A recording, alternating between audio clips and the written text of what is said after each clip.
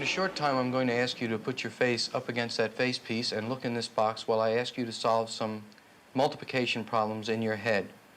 The problems will be relatively simple. They'll be given to you verbally, and I will ask you to give me the answer verbally back.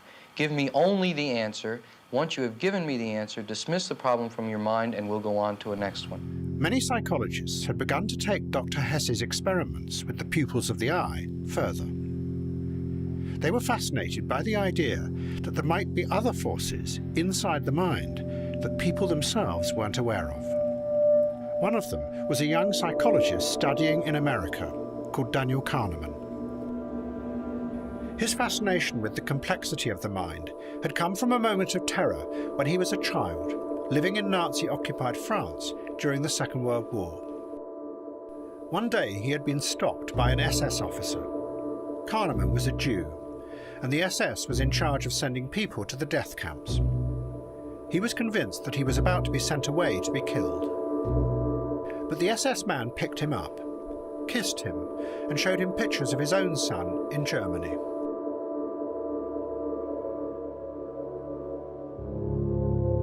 Kahneman decided that the human mind was very strange and full of contradictory impulses.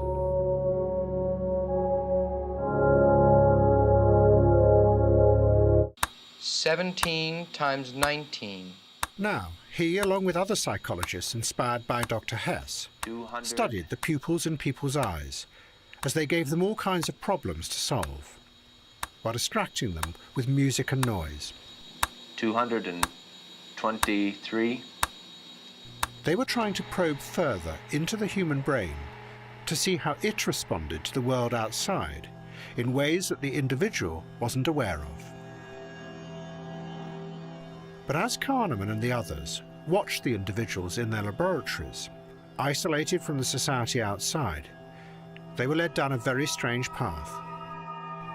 That in the age when the individual self was going to become the central focus, from politics through to consumerism, the scientists were going to come to the conclusion that maybe the conscious self wasn't fully in control of what humans did.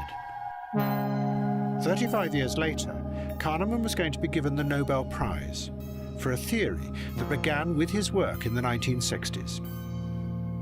He would come to believe that what we think of as the self is really just a small part of something else hidden inside our brains. A much larger part of the brain that actually experiences the world outside. But that experience makes no sense.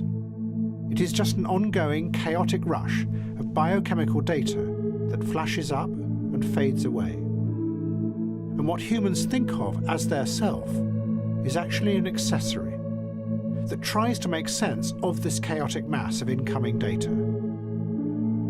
But to do that, it has to simplify and turn that data into stories that are sometimes so simplified that they bear little relationship to the reality outside.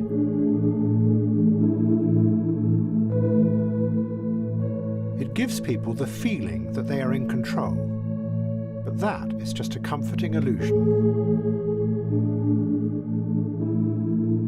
Kahneman's theory was going to have a far-reaching influence beyond psychology, because the implication of what he was saying was that you could never change people's behavior by appealing to them rationally. And in a strange way, Kahneman was saying the same thing as the left-wing revolutionaries. Human beings did live in a simplified dream world, but what he was saying was that there was nothing you could do about that. And in an age of individualism, when you could no longer order people about, the only solution was to keep them in that dream world, and to make sure the dream world was safe and happy. The idea of appealing to them rationally and changing the world was pointless.